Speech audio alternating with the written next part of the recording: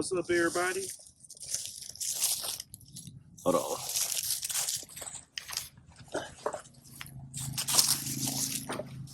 Give me something to sit on.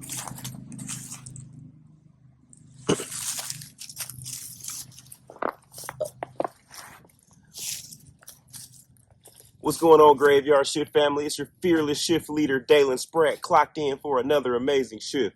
Y'all, I am in Las Vegas, Nevada. And so far we've had some great conversations, y'all. So now I am in a resting community called Palm Eastern, right? And I was walking by and I saw this handsome guy right here. And I was like, man, let me come holler at my boy and check on him. So here we have Shane. How do you pronounce your first name, Shane? Shahriar Shane Habibian. So Shane was born on June 30th, 1986. And he passed away February 1st, 2019. So I just want to, I thought this would be a cool place to have a conversation with you guys and do a spirit box session. I was looking at the demographic of people that follow the graveyard shift, because on YouTube it shows me where the majority of people, where they're from, and it shows me the age bracket of like all the viewers. And what's funny is the majority of our viewers are like 60 plus, which is cool. Let me find out. That's my audience. That's my demographic. The 60 and up club. I love y'all. That's funny though. That's funny. That's like going to a nightclub and the DJ's like, "Where's all my 80 babies?" And you hear like crickets and maybe one girl in the back raising her hand. And he's like, "Where's my 40 babies?" And I'm like, "Grandma Deb, if you don't put your shirt down, put your shirt down, Grandma Deb." Nah, that's cool, man. I love my audience. Y'all are the best. But no, it got me thinking. Just about I wonder why the audience skewed to the more, mature side. And then I was reading an email someone sent me, and they were basically saying that, as the older they get, the more they're coming to grip in terms with death. And so this series just, answers a lot of questions for them, or it just answers a lot of questions for them. It puts a lot of things in perspective for what's to come next. And I was like, dang, that is kind of interesting. I never really thought about it from that way. I look at it as us just, having conversations with the resting. But, a lot of people look at it as like just dealing with what's next and curious about that. Which led me to another thought. And I was thinking about, as bad as it sounds, I was thinking about the idea of death. It made me remember when I had first moved to LA. So I moved to LA and I had nothing out there. So my very first apartment was on 5th and Main Street. And if you know anything about LA, that's Skid Row. Well, Skid Row technically starts on Los Angeles Street, which is next over from Main. But I was right there in Skid Row. And my apartment was less than 300 square feet. It was a studio. I had a little miniature fridge and a 2-burner stove. Yeah, it was ridiculous. But that was my spot. In LA.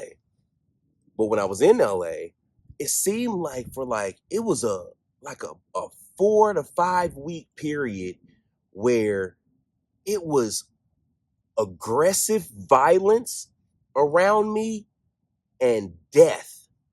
It was to the point where I had to fly home to Dallas because I needed my mother to pray over me. I was like, Mama, there's too much death literally around me. Like I'm seeing it. And I've never experienced that before that consistently. Like I've had people in my life, pass away before. But it seemed like death was just like everywhere I went, it was just showing up. So around this time, I think the first instance that happened that was just like aggressive violence, I was walking through downtown LA late at night one time. It had to be around midnight. And across the street, there was a man walking, and then there was a woman behind him just aggressively pushing him, hitting him. Like he had a ponytail. Like she pulled his ponytail. Like this man is trying to do everything in the book to get away from this woman, right? He's not paying her any attention. His hands are in the air. She's just going to town, like, like for blocks. Because I'm walking blocks up this side. They're on this side walking blocks. And he's just taking it. Y'all, he crossed the street. She picked up like a wet floor sign that was on the pavement. She picks it up and runs behind him and just clocks him in the back of the head with this sign. Y'all, he stumbles and she just charges after this guy. He literally, y'all, I've only seen this in wrestling. He picks her up and I'm just like, what? Y'all, he slammed her on her head on the concrete, on the sidewalk. So between the curb and the concrete, like I knew she was dead. Like the way her neck hit the concrete, I don't know if she died, but I knew she was dead at that point. Like in that moment, her soul had to have like popped up there real quick. It was like, I had never seen nothing like that in my life. I got up out of there, man. Like, I ain't gonna lie to you, y'all. Your boy got on up out of there. I was like, wow, what? What? But I was also like, bro, like y'all, hey, man, LA is wild. So that was the first instance. So in my mind, I don't know what happened to that lady, but I know she was injured. And it was just very, very aggressive. So right after that, I'm driving through LA maybe a couple weeks later, and I come up on an accident. But you know how like you're early to an accident, so you're not even really like traffic ain't even really started yet.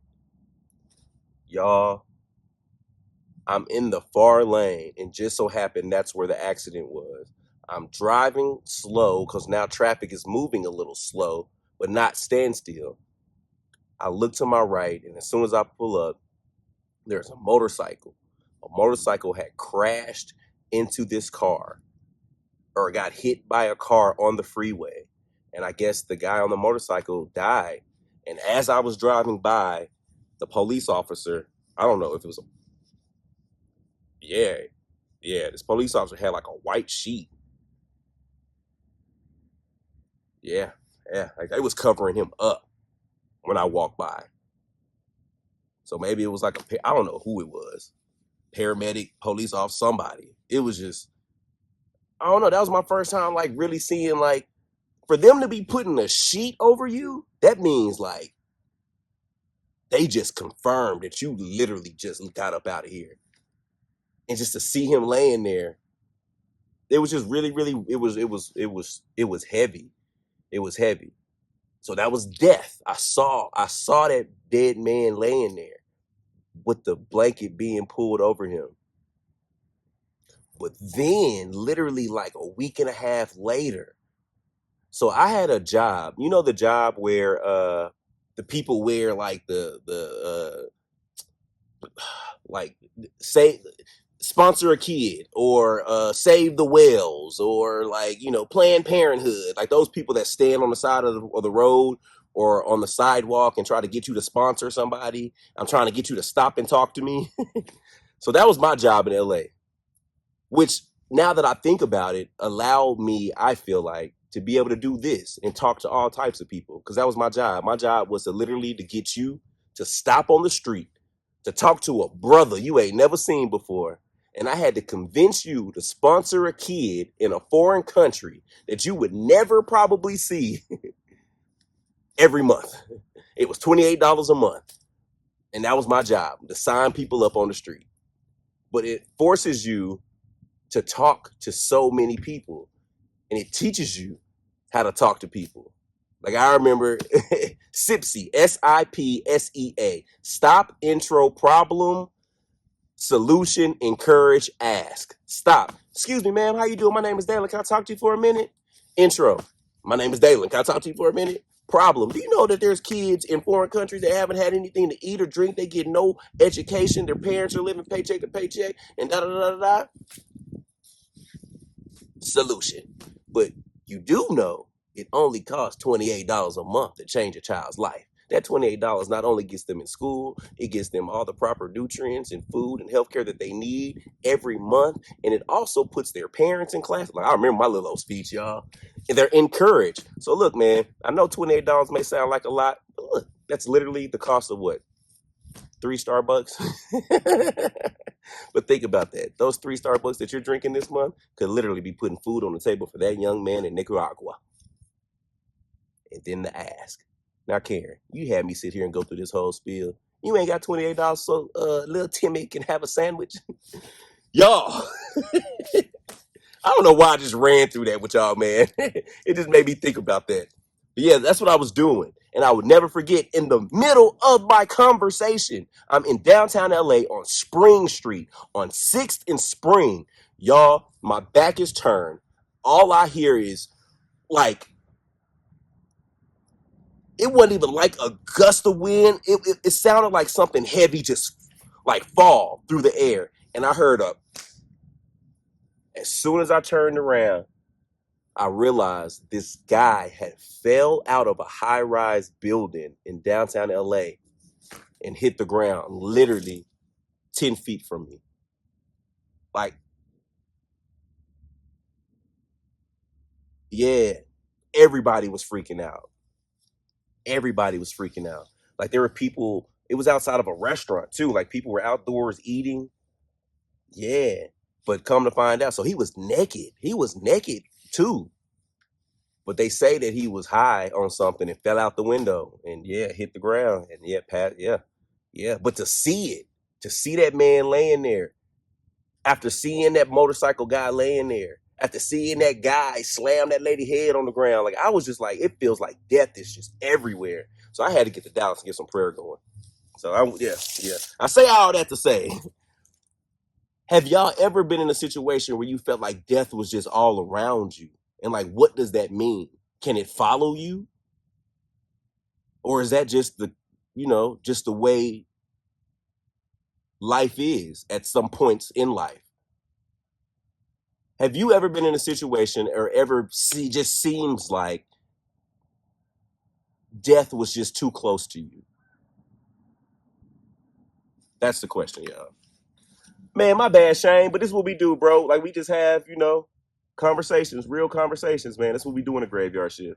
But am going to open up the spirit box, and I would like to address what we're talking about. But Shane, man, please chime in, man. I would love to hear from you too, buddy.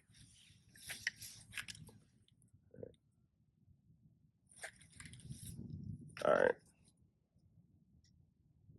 But that's wild, man. It really freaked me out, y'all. It really, really freaked me out. Because I was like, I ain't trying to be funny, but I'm start thinking of movies, like Final Destination. And I'm like, dang, like it's something after me? Or because now it's getting closer and like 10 feet away. Do you know how traumatizing that is? To literally hear something smack on the ground and you turn around and literally right there is a person. Like, man, it's crazy. Crazy. All right. To all my people rested, my name is Dalen. I come in love, love, love. I've already had this conversation before I cut the camera on, y'all, but I'm just saying it again. Ooh. Y'all, I ain't got my chair today, so let me let me reposition myself. I hope y'all can still see me. Let me make sure. Ugh.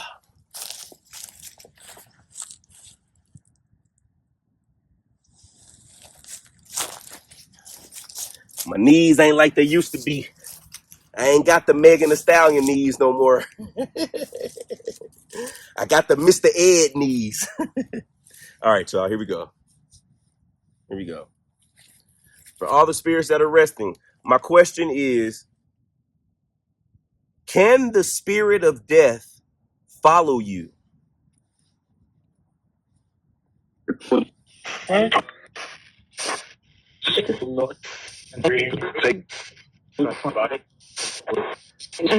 Can death follow a person?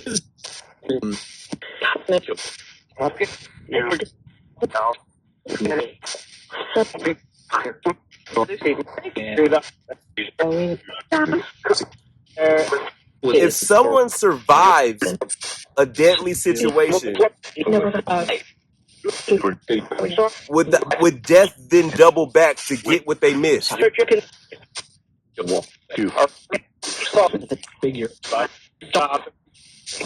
I've heard stop twice. 3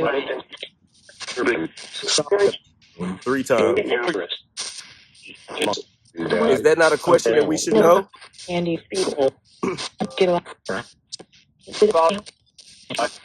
Dang. But what did it mean when all of those people died around me in such a short period of time? They say nothing.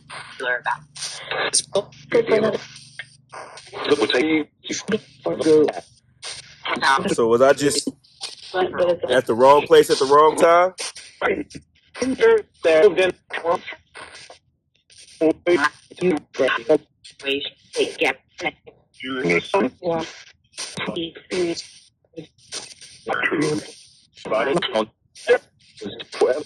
Was God trying to show me something?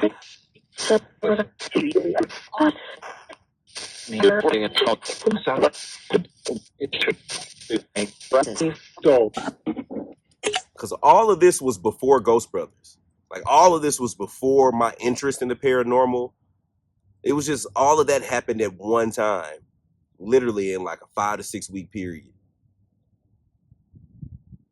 So I'm wondering if that kind of like was instrumental in the back of my mind for my journey through the paranormal. Just seeing those people like that. I don't know.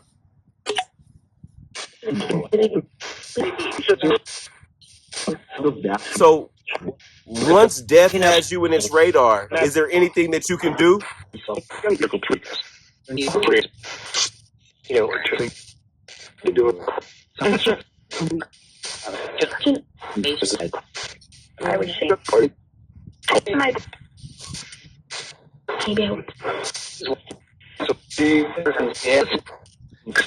Are you able to avoid death?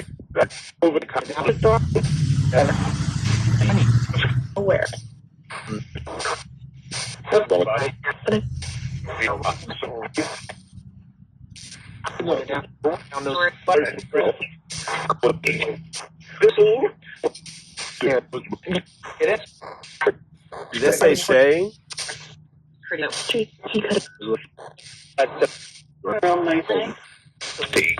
Shane, are you here?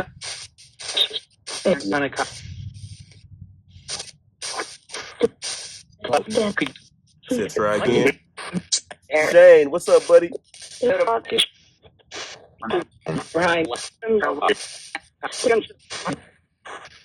Are you here? Say he's in there. Hey, man, how you feeling today, brother?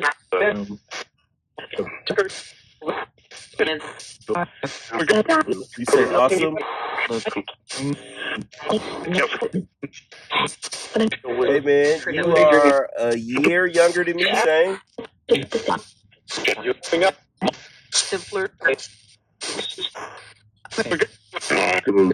Shane, do people come here and check on you often? There's Mary Ellen. Said everything's good. Mary Ellen, what are you up to? Said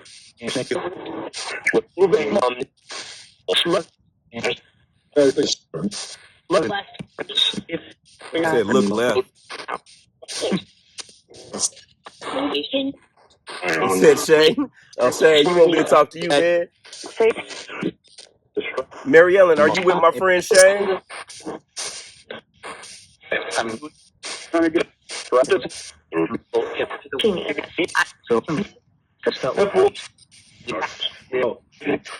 Shane, do you miss your family, man?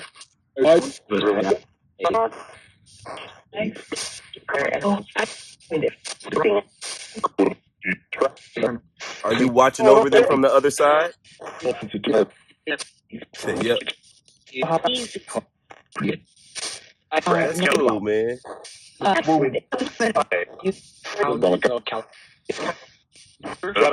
That's cool.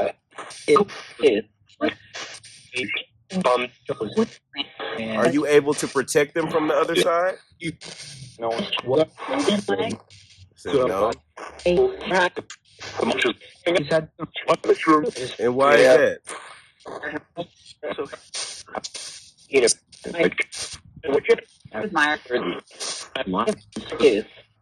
Is it not your job to do that?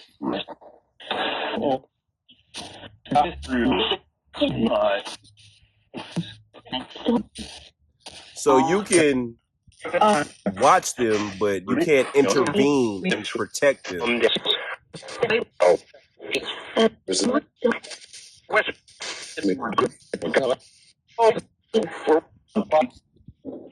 That's interesting.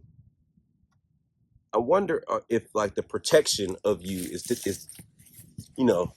delegated to certain spirits in the afterlife, and not everyone can be essentially a protector, but they can still be a watcher and notice you. That's interesting. That's really, really interesting. That's interesting.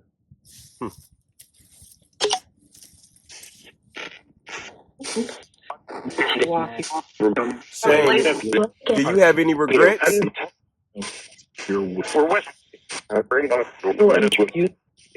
He said no. That's good. Can you tell me what you missed the most? Can you say friends?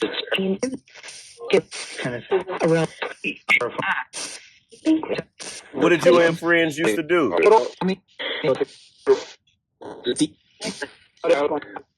Said hang out. What did y'all like to do?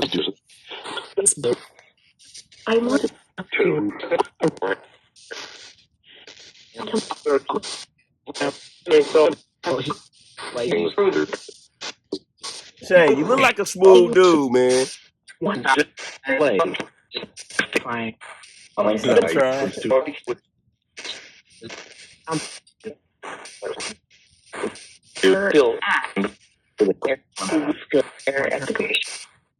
Let me ask you this. Shane, did you feel death coming for you?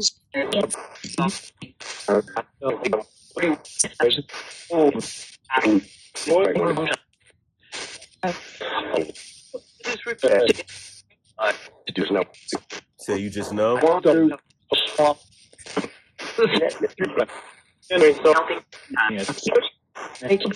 But is there some type of peace in knowing when it's that it's on its way?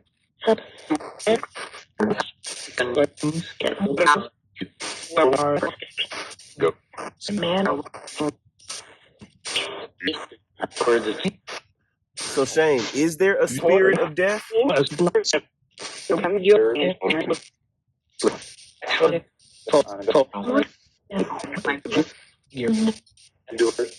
Do you see death?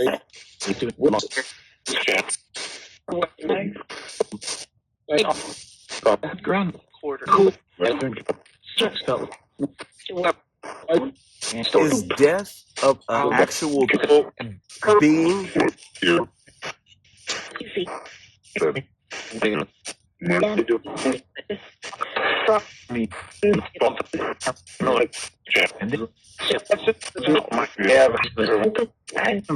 Okay. Well, it sounds like maybe I don't know. I don't know if we got any solid responses with that. I'm gonna check though. I'm gonna go back and listen because I'm really curious about that. Like, is death an action, or is there actually like a spirit of death that comes in? And if you survive death, not as dramatic as Final Destination, but I wonder, what does that do? If you escape death, what does that do? Tell me what you think in the comment section, y'all. That's curious. I'm curious to read what you guys think. Oh yeah, don't forget, December 15th, all the t-shirts drop, y'all. Every shirt that we've had this year, up to a size 5X. December 15th, that weekend, we dropping the shirts. They're pre-order. We drop them Friday, and then on Monday, we place the order for them, and they go out as soon as we get them back that Friday. So you follow the timeline. December 15th, the link goes out. It closes Sunday. Monday, I place the order. Tuesday, Wednesday, Thursday, Friday, I pick them up and start packing them and shipping them out, y'all. But yeah, I don't know, y'all. That whole idea of death is crazy. I don't like thinking about it because I don't like thinking about it, if that makes sense. I like thinking about life and talking to those that pass away. But that was just a crazy time in my life, man. It was just too much. Again, I had to get prayed over. I felt like I did. But after that, everything was good and dandy. Ain't seen no more dead bodies since. But yeah, that was just wild. Tell me what you think in the comment section. Was it just a coincidence? Or is it just aligning my purpose? Or was it something that was just, who knows? Who knows? Let me know in the comment section, y'all. Love, love, love. Shane, my boy, we finna get up out of here, man. Hey, let me show y'all a close-up of Shane. Y'all can't tell me Shane. Look at Shane. Y'all can't tell me Shane didn't have them. Shane had all the ladies. What's up, Shane? Blessings to you, brother. Blessings to you, brother. I hope you're resting well, man. Love, love, love from the graveyard shift.